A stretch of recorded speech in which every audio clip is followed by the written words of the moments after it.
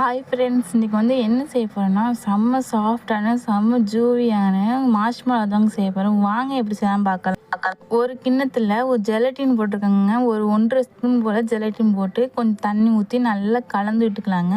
எந்த ஒரு சின்ன கட்டிகளும் இல்லாமல் நல்லா கலந்து விட்டுக்கலாங்க. விட்டுட்டு ஒரு மணி நேரம் நல்லா ஊறட்டும். அது ஊற கேப்பில் என்ன செய்யுங்கன்னா, ஒரு குட்டி மிக்ஸி ஜாரில் கொஞ்சமாக சர்க்கரை போட்டுட்டு அதிலே கொஞ்சமாக கார்ன்ஃப்ளவர் மாவு போட்டுக்கலாங்க.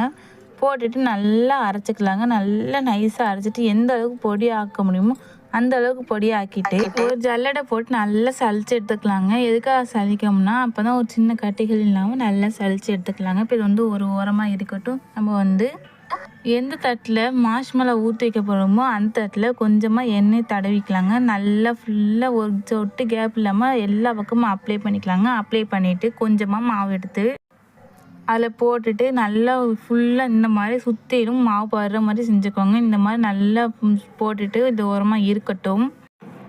ஒரு